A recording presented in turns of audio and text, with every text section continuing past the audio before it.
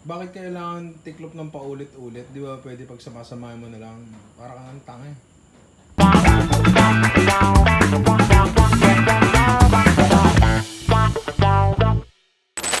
What is up sa inyo mga inaanak? Andito na naman na inyong Ninong Ray at ngayon ay paglulutuan ko kayo ng empanada de Kaliskis with construction. Hindi pala ako aware no, na meron pala kaming pinapagawang building dito. Ayan, medyo maingay, maraming pokpok, maraming lagare, maraming grinder, pero yan yun na, magluluto tayo. Construction? Walang gas? Kalungkutan? Kaya lahat ni Ninong yan kasi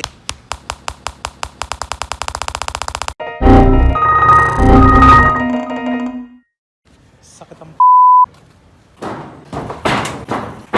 Nala kami dadaan, boss. Sige, sige. Tapos na ba kayo mag-ano doon? Pok. Di, okay lang. Wala nang problema. Eh, ganun eh. Patitigilin ko ba kayo? Okay lang yan. Yes, tama po ang narinig nyo, no? Empanada de Kaliskis ang gagawin natin ngayon. Pero Ninong, di ba hindi naman kinakain ng kaliskis? Tanga. Ito siya, oh. Meron siyang kaliskis-like exterior dahil sa process na gagawin natin mamaya, which is called lamination, wherein magkakaroon tayo ng alternating layers ng dough and fat. So, mangyayari is matutunaw yung fat sa gitna ng dough layer sa magre-result sa ganyang klase exterior.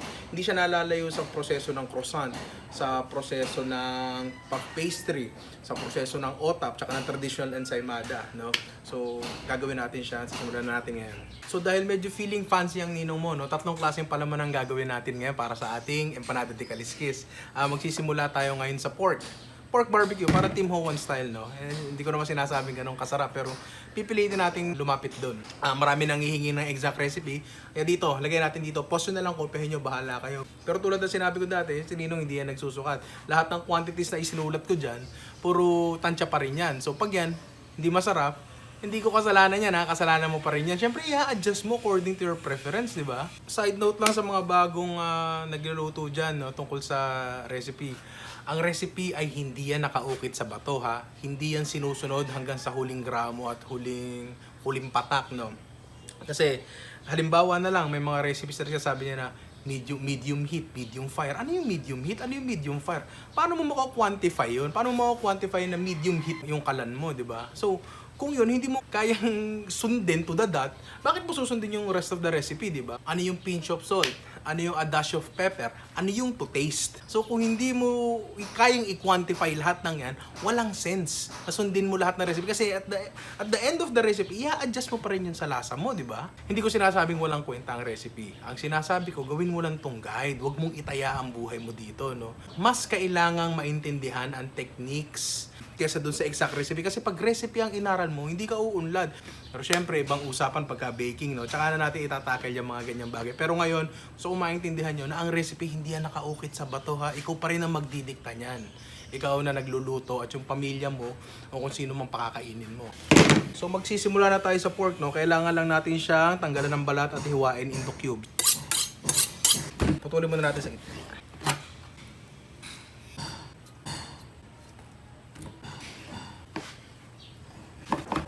Hindi kailangan perfect, no? Kasi halos dudurugin naman natin to habang niluluto eh. Lalagyan natin ng mantika.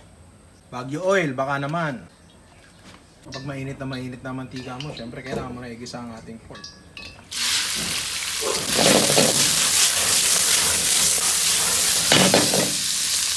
Gago, di ko pala nahiwang. Gag.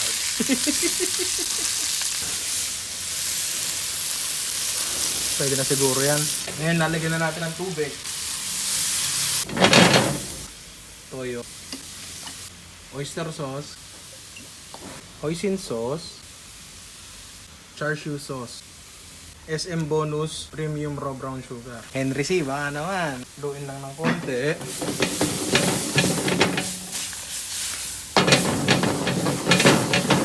At hintayin lumambot. Siguro, di ko alam, mga 20 minutes, I guess.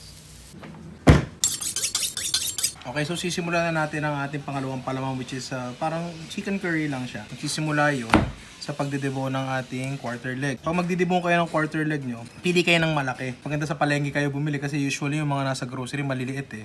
Ito malaki to, pinapili ko talaga to. Actually, di naman talaga mahirap ang pagdidebo ng quarter leg, no? Kailangan mo lang talaga is magdahan-dahan. sundan yung buto, common sense lang eh. Siyempre, ang gusto mo lang tanggalin is yung buto, di ba? So, tanggalin mo lang is yung buto. So, simulan natin, no? Ang unang-una natin kailangan gawin is kung merong excess fat, tanggalin natin. Dito sa case na to, wala naman masyado, no? Buto ng drumstick, itong buto ng thigh. Ngayon, usually, may kita mo itong part ng backbone, nakadikit pa to sa buto ng thigh part, no? Una mo kailangan gawin is baliin yon. Yan. Medyo lalawid siya ng konti. At from there, tatanggalin na natin yung kabuuan ng backbone. Dito sa part na to, dahan-dahan lang. Huwag kang masyado magmadali. Isang plate kasi yan eh. Ayan, oh. So, kailangan mong tanggalin yan. Ang pinakamalapit sa buto. Dahan-dahan lang. Hindi mo kailangan magmadali. Kunin mo muna ng tama bago mo kunin ng mabilis. Okay. Hindi to pabilisan ha. Padamihan ng laman na nakukuha to. Dahan-dahan dito. Pinakamalapit sa buto. Yun lang naman ang tatandaan niya. Kunin nyo pala yan. Tawag dito is yung oyster. Pang sopas ka na bukas. So, natanggal na natin yung backbone. Ngayon, ang tatanggalin natin ay itong buto. Sundan nyo lang yung buto. Sundan ko yung buto sa gilid. Ayan, exposed na siya. Tatanggalin naman natin itong laman sa taas para ma-expose further yung buto ng thigh. Pwede nyo gamitin yung likod ng kutsilyo para i-push back yan laman na yan. Para mas ma-expose ang ating buto. Para mas madali siya matanggal. Yan, ito yung medyo tricky na part. Yung joint sa pagitan ng buto ng thigh part tsaka ng drumstick. Kasi meron dyan mga cartilage na medyo mahirap tanggalin, no? Pero makukuha naman yan sa tiyaga. Lahat naman makukuha sa tiyaga. Siyempre, i-expose na natin yung buto ng ng drumstick mismo para lang mas madali nating magawa ng paraan tong part na to, no?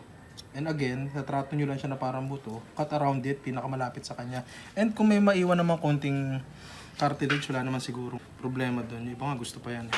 Close mo natin itong buto ng drumstick. Meron lang dyan mga mangilang-ilang connective tissue sa pag tinanggal nyo, magdidire-diretso na. Ayan, o. Halos pahubad na siya. Pwede nyo nang tuluyan to. Tapos, same technique do sa kanina, back of the knife, scrape nyo. Meron dyan isang pirasong buto na maliit. Ayan, o. Ayan, tanggal na siya. Tapos yan, hawak mo na siya. So, kaya mo nang tingnan kung nasan yung mga contact points niya. Kaya mo na siyang hiwain unti-unti. Ayan. Okay. So, ayan ngayon ang ating malinis na buto. At deboned quarter leg. Wala masyadong cartilage, intact ang balat. Ngayon, i-cube lang natin ang ating manok. No? Malilit na cubes lang. Okay na yan. Dahil magaling ninong nyo, hindi ko na-record yung paghiwa ng patatas. So, ulitin ko na lang lahat ng sinabi ko. No? Pag ako gumagamit ng patatas, hindi ako nagbabalat most of the time kahit mashed potato ang gamit ko. Kasi unang-una, para sa akin, it looks more interesting. Diba? Hindi na siya plain white. Pangalawa, menos trabaho pa. Diba? Ang pwede nyong gawin, para hindi na kayo magbalat, is bumili kayo ng dedicated potato brush. Parang brush lang siya na ginagamit sa panlaba. Gagamitin mo lang siya exclusive para sa patatas. No? Kasi minsan, hindi enough na huhugasan mo lang yung patatas. No? Kailangan mo talaga siyang brushin minsan. Kasi nakadikit talaga yung lupa sa kanya. Okay, ngayon, sasalang na natin ang ating chicken curry. Ito ang ating boneless chicken thighs na ginawa natin kanina. Naigigisa lang natin hanggang matusta ulit.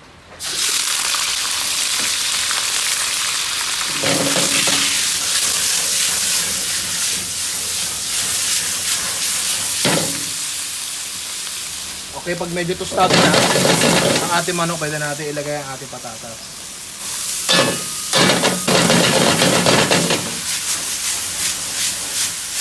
Pag medyo naninigit na ang ilalim, pwede na natin lagyan ng tubig. Isunod natin ang patis,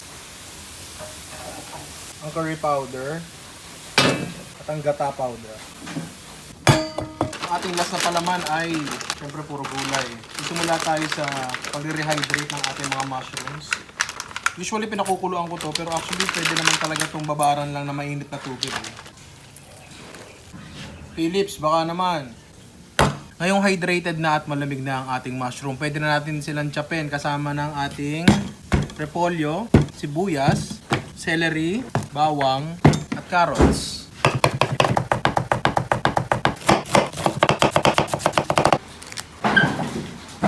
Hot mess pare, parang ako.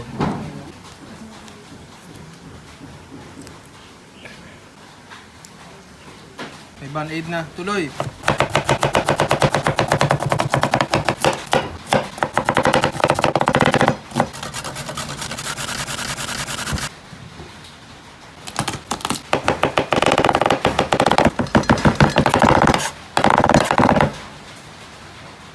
Siyempre, pinakahuli ang ating mixed vegetables.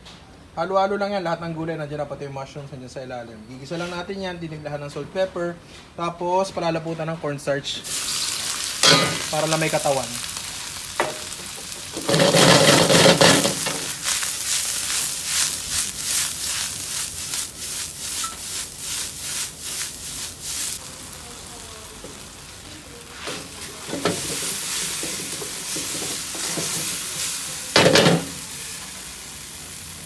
So yes, palubog na ang araw pero kakatapos ko lang gawin yung tatlo natin palaman. No? Ngayon ay pinapalamig natin sa loob pare-parehas. Kailangan kasi talaga malamig yung palaman natin kasi ang dough na gagamitin natin ay may high fat content. Ngayon, pag pinalaman natin ito na mainit, matutunaw lang yung fat content natin and hindi mabubuo ang layers o yung kaliskis na gusto nating mabuo. Ngayon, yung dough recipe natin, meron tayong dalawang gagamitin para sa recipe natin. Dalawa yan, pero pag combine natin parehas, mamaya makikita nyo kung bakit. No? Isang water dough at isang oil dough. Ito kayo yung recipe nila. Pause nyo, kopyahin nyo, bahala kayo.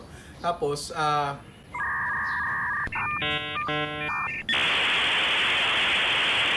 procedure naman ng dalawang ito, pagko-combine lang naman sila ng parehas eh. So, buuin na natin.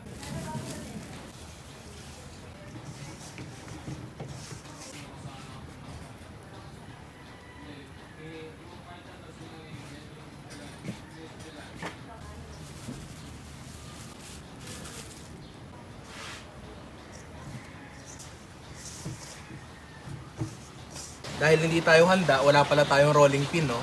So, ito na lang, long neck na lang. Pwede rin naman siguro yan. Ngayon, ang una natin kailangan gawin ay i-flatten natin itong water dough natin. Flatten lang natin to in a rectangle. Pwede mong gamitan ng kamay ha, walang problema. Pero be gentle with the dough lang, kasi baka mapunit eh. Hindi kailangan masyado malapad. Hindi rin kailangan masyado maganda. Kailangan lang flat siya. Pantayin lang natin ng konti to. At ito. Yan. Okay na siya. So ang ating oil dough, ilalagay natin siya dito sa kalahati ng area ng ating water dough. At magtitira tayo ng konti sa gilid. Siguro about half an inch or 1 inch sa magkabilang gilid mo. Okay. Ito kalahati natin. Kakalat lang natin siya. Mas maganda syempre, pantayin na natin ang content. Pero again, hindi to kailangan sobrang ganda ha. Hindi kayo ma-pressure. Sakto lang, sakto lang. 1 inch sa magkabila. Pwede na yan. Tapos titiklop natin. Ngayon, isasara natin mabuti lahat ng edges.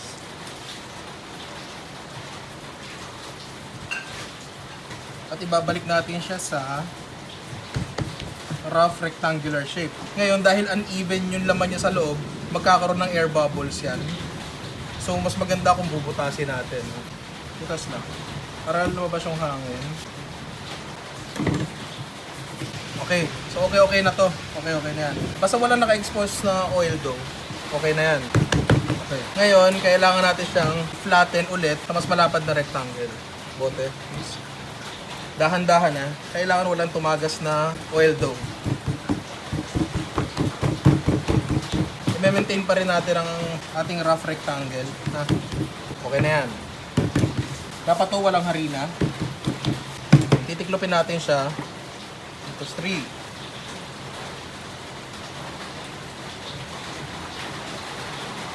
Yan. While still maintaining the shape ha. Mahalaga yun. Okay. Ikot mo ng konti. Dahan-dahan lang ha.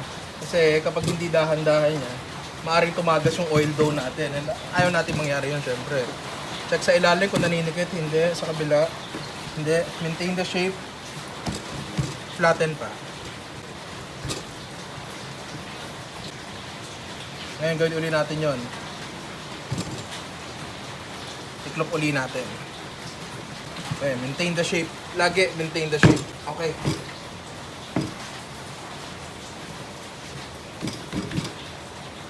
Then, itiklop uli natin for one last time.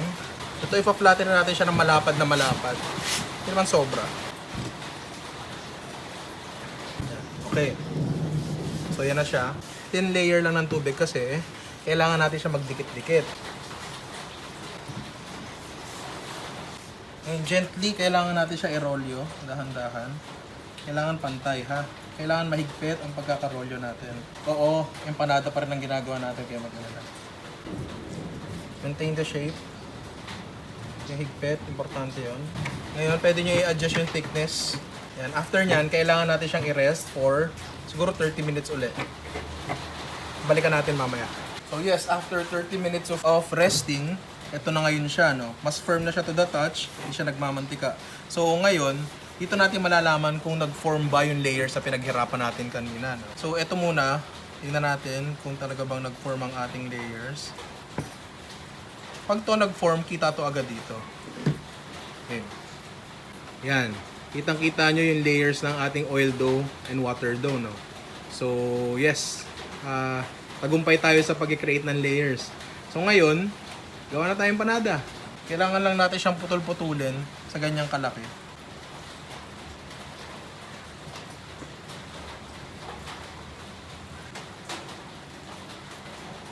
Kitang-kita yung mga layers, no? Pinaghirapan natin yan.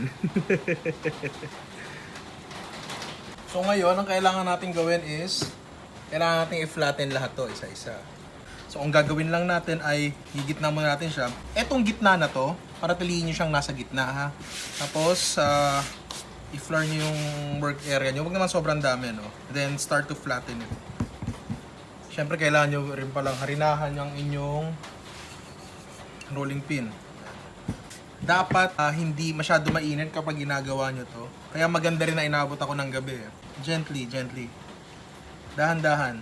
Hindi natin kailangan magmadali. Ha? Kailangan kita pa rin yung layers natin. Ha? Kasi pag hindi nakita yan, baliwala yung ginawa mo.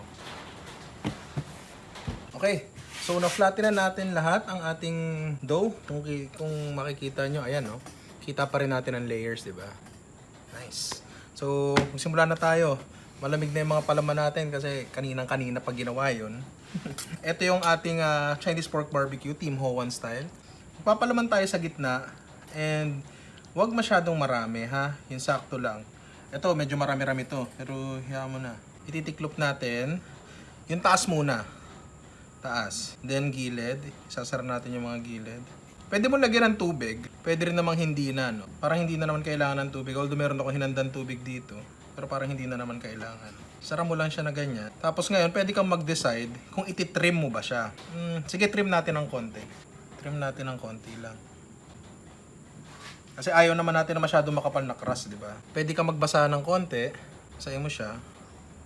Yan. Para lang yung crimp mo ay maganda. Expand mo pa ng konti, panipisin mo. Then simulan mo ng tiklopin. Tiklop lang pagilid, papunta rito. Tiklop dyan, kurot. Tiklop dyan, kurot. Tiklop dyan, kurot. Paikot, paulit-ulit lang. Diba? Titiklopin mo lang talaga. Hindi siya kailangang i-overcomplicate. At yung pinakadulo, pwede mo siyang putulin. Ngayon, meron ka ng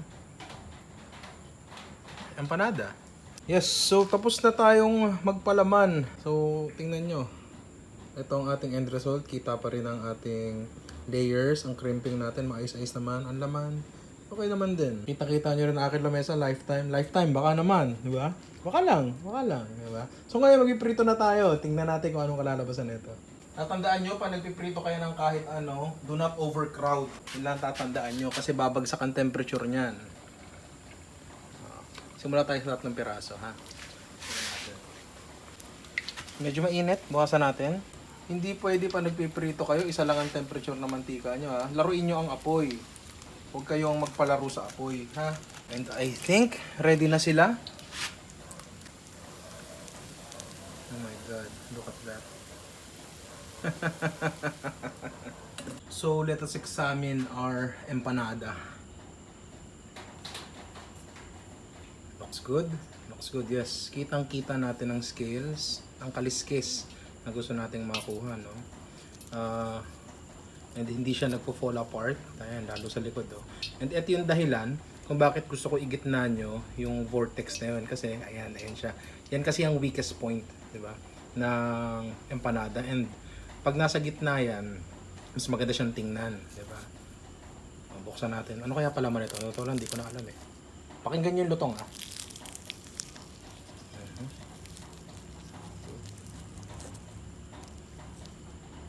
Yung tikman natin.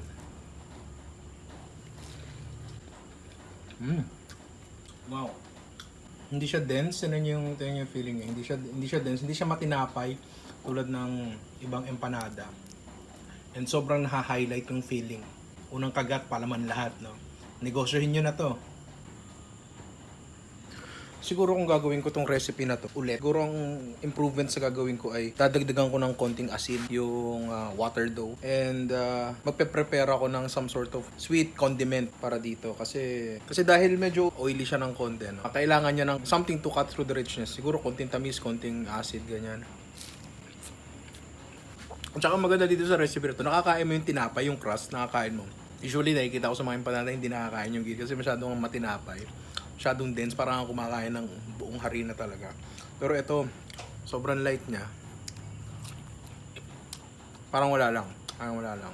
Pwede nyo gawing business to ngayong quarantine, no? Kasi ang daming naghahanap ng ng business ideas na pwedeng ibenta. Ito, pwede to. Wala tong kagaya sa market. Madali gawin and madaling i-market, di ba? Itsura pa lang niya, ibang-iba na. Kapag yumaman kayo, PM lang.